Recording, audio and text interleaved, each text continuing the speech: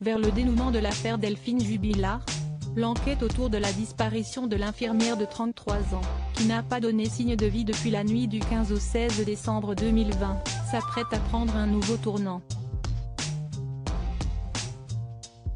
Selon Le Parisien, Cédric Jubilard, le mari de la disparue a été arrêté sur son lieu de travail, près d'Albi dans le Tarn ce mercredi 16 juin, avant d'être placé immédiatement en garde à vue, sur commission rogatoire des deux juges chargés de l'enquête pour enlèvement et séquestration. Si le père de famille avait récemment obtenu le statut de partie civile, il était tout de même continuellement surveillé par les enquêteurs, qui après 6 mois sont parvenus à collecter suffisamment d'indices afin de l'entendre comme potentiel coupable dans cette affaire. En effet, des incohérences ont été relevées dans son récit de la nuit de la disparition de son épouse.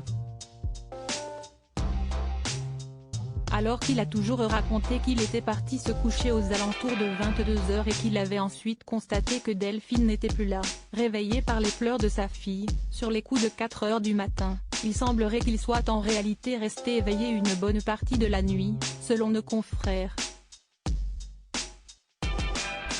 Si est en tout cas ce que laissent penser ces relevés téléphoniques. De plus, un élément matériel prouverait également que Delphine avait revêtu une tenue de nuit et qu'elle s'apprêtait donc à aller se coucher.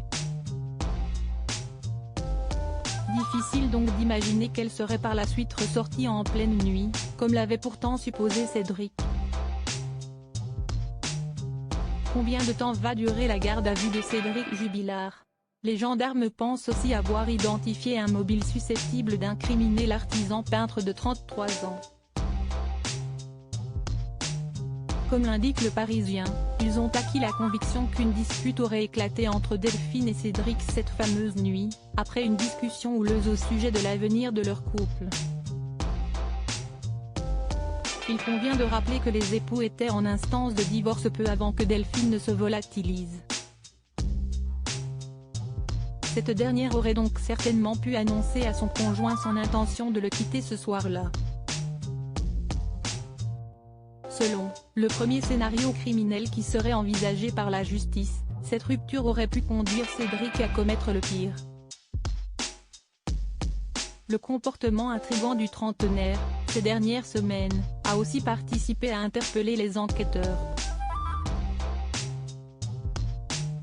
Cédric Jubilard s'est récemment mis en couple avec une nouvelle compagne et n'a eu de cesse d'orienter avec insistance les soupçons des gendarmes vers un autre homme, dépeint comme un courtisan de Delphine Jubilard. Alors que de nombreuses questions demeurent encore sans réponse, la garde à vue de Cédric Jubilard, qui peut durer jusqu'à 48 heures, promet d'être décisive. À l'issue de celle-ci, Cédric sera soit relâché soit déféré et mis en examen.